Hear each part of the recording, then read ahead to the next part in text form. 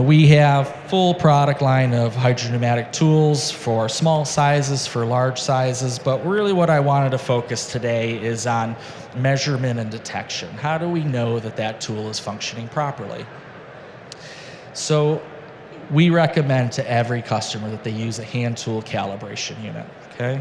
Maintenance teams, setup groups, engineers need to know that the tool is pulling to the proper setting force.